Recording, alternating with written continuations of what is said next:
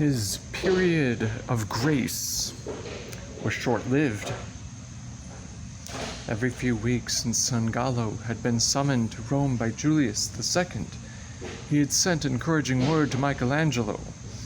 He had told the Pope about the David. He had urged His Holiness to look at the Pietà in St. Peter's. He had persuaded the Pontiff that there was no equal master in all Europe. The Pope had begun to think about marble sculptures. Soon he would decide what he wanted carved. Then he would summon Michelangelo to Rome. Michelangelo passed several of these notes around at the company of the Cauldron meetings, so that when Julius II summoned Sansovino to Rome to erect two tombs, one for the Cardinal of Recanati, the other for Cardinal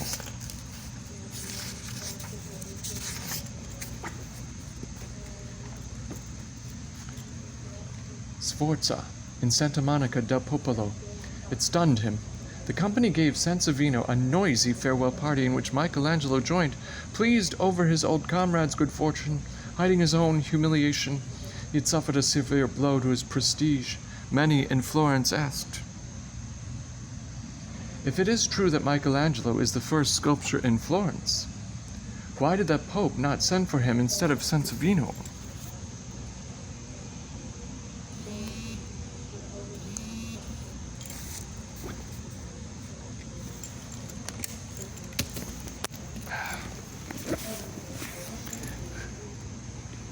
During the early months of 1504, Leonardo da Vinci had spent his time in a series of mechanical inventions, suction pumps, turbines, conduits for the rerouting of the Arno away from Pisa, an observatory under his skylight with magnifying glass for studying the moon.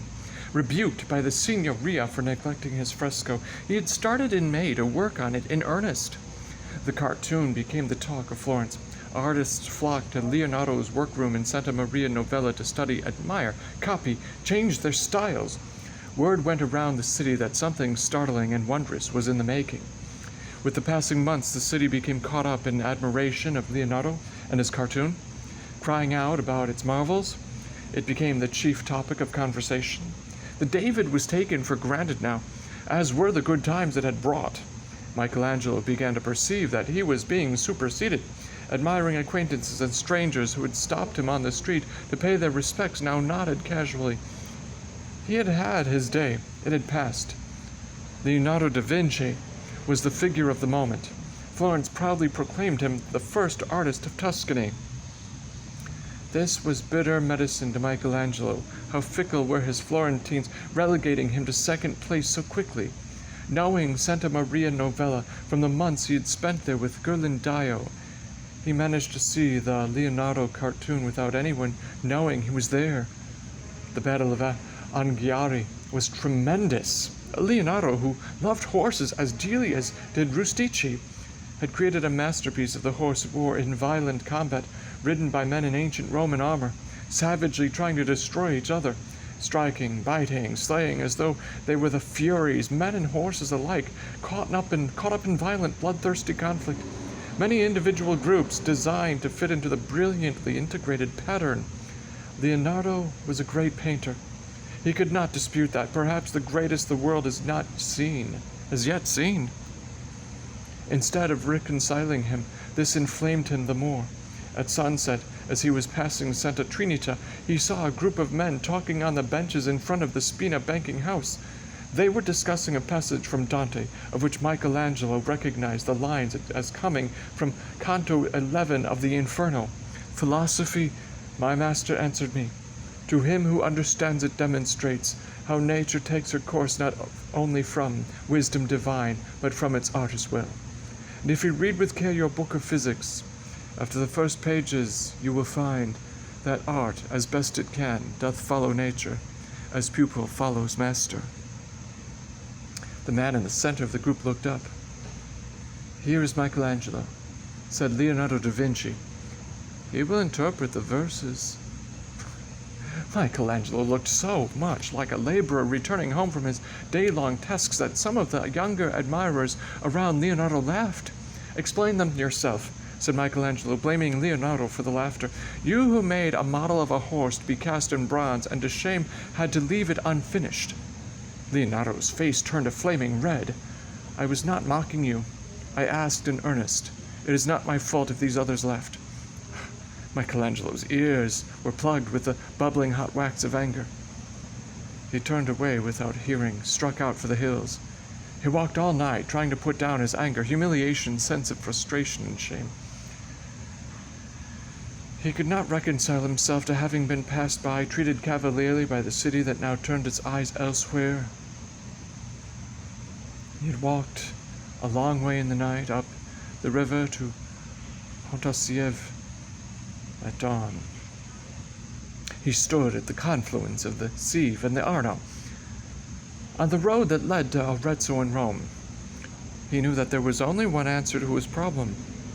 He could never surpass Leonardo in handsomeness, in regality of figure, in superiority of manner. But he was the best draftsman in all Italy.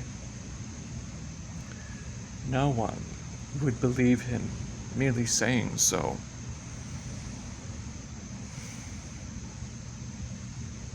He would have to prove it.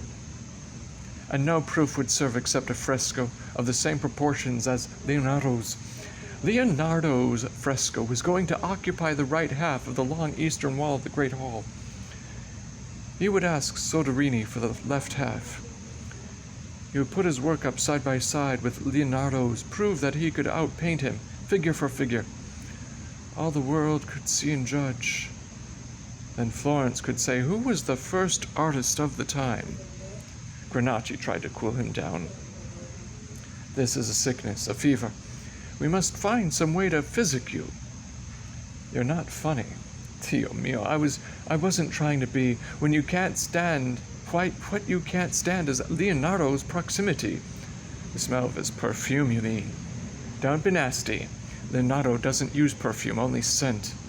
Granacci looked at his friend's sweet-caked arms and legs, the shirt dirty from the smoke of his forge. "There are times when a bath wouldn't kill you." Michelangelo picked up a heavy beam, brandished it at Granacci, and screamed, "Get out of my studio, you traitor!" "I didn't bring up the subject of sense. You did. Why disturb yourself over his painting when you have years of sculpture at hand?" "Forget him. He's a thorn in my foot." Suppose you come out second best with a wall full of bandaged toes." Michelangelo grinned. "Trust me, Granacci. I'll come out first. I've got to."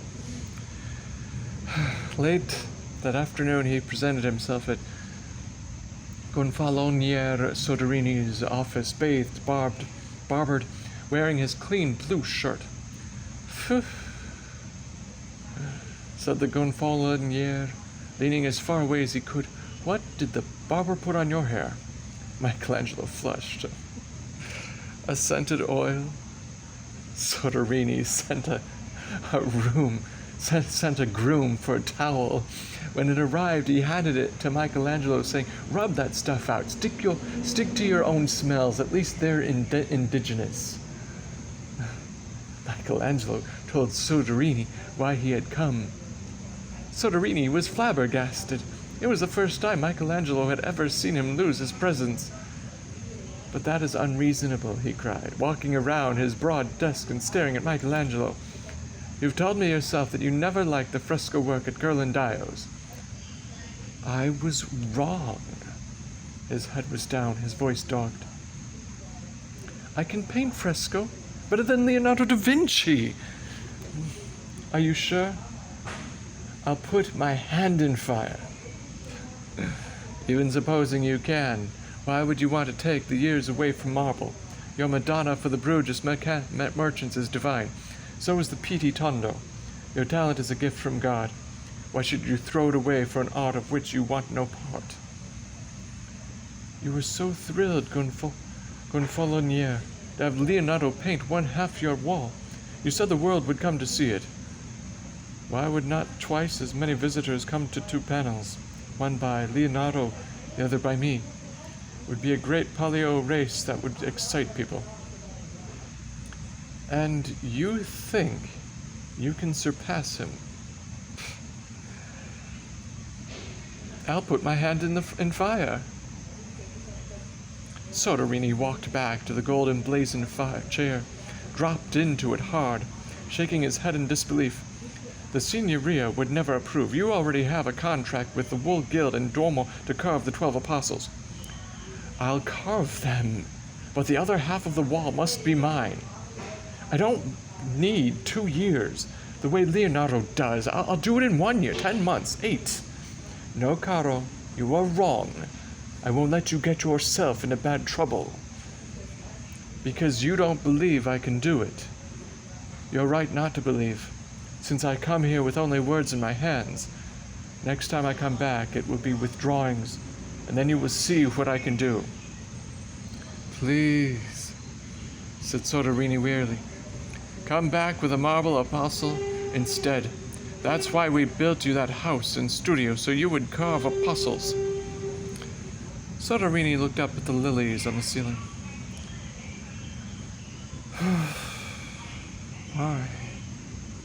Why wasn't I content with 2 months at Gonfalonier?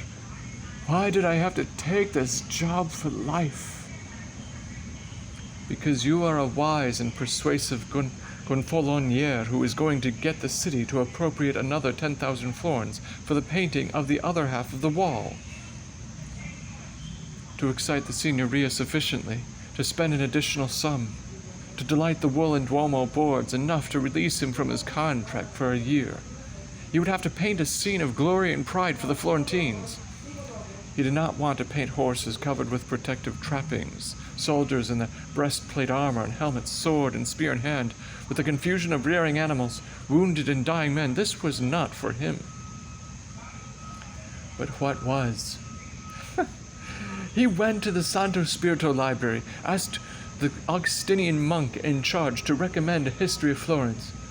The librarian gave him Filippo Villani's Cronaca. He read about the wars between the Guelphs and Ghibellines, the wars with Pisa and other city-states. His fresco did not necessarily have to be a battle, but it did have to be a triumph of some sort to puff the national honor. Where in Florentine history was he to find such a scene of the kind that he could paint, and which would stand in dramatic contrast to Leonardo's battle spectacle, one from which he could emerge the victor? It was not until he had read for several days that he came upon a story that quickened his pulse. The scene was laid at Cesena, near Pisa, where the Florentine forces had made camp on the bank of the Arno on a hot summer day. Feeling themselves safe from attack, a number of the soldiers had gone bathing in the river. Others were coming out to dry themselves, while still a third group, having shed their heavy armor, was sunbathing on the grass. Suddenly a guard burst into the group, crying, "We are lost! The Pisans are about to attack!" The Florentines scrambled out of the river. Those on the bank hastily buckled on their armor. Others went rushing for weapons, in time to beat back 3 Pisan attacks and to rout the enemy. Here was a chance to paint a large group of men, young and old, with the water and the sun on them, galvanized into action, all of them at a moment of danger, of tension, of pressure, recorded not only on their faces, but in the bending, reaching, straining to prepare for the attack and save their lives. Here was a chance to create something exciting. They would all be Davids. A complete portrait of mankind, startled out of its momentary Garden of Eden. He went to the street of the stationers, bought the largest squares of paper he could find, colored inks, chalks, black, white, red, and brown crayons, took them back to his workbench. Drawing swiftly, he organized the scene on the Arno at Cesena. In the center, Donati crying to the Captain Malatesta, "We are lost!" Some of the soldiers still in the water, others trying to climb the steep bank, others throwing on a garment while reaching for a weapon. 3 days later, he stood in Soderini's office. The 2 men stared at each other, wide-eyed. Michelangelo fitted together on the floor beside the desk a dozen large sheets with 20 male figures, some cross-hatched with the pen, others outlined in charcoal or drawn with long, bold, slashing lines heightened with white lead, still others glowing with fresh flesh colors. He dropped into one of a row of tall leather chairs against the side wall, feeling tired and let down. Soderini studied the drawings in silence. When he looked up, Michelangelo recognized the affectionate regard in which Soderini held him.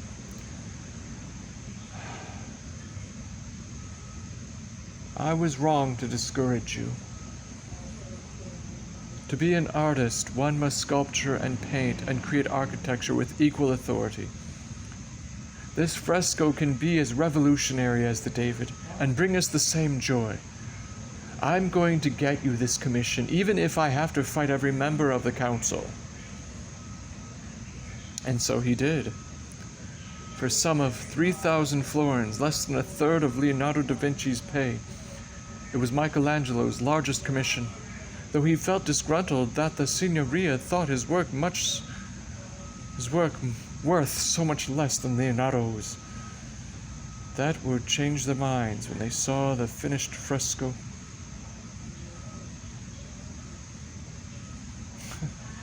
Now people stopped to tell him they heard he was going to paint a forest of Davids. And so you have been repatriated, said Granacci, a touch caustically. You are once again our first artist, providing the fresco comes out brilliantly. I only hope you're not paying too high a price. A man pays what he must.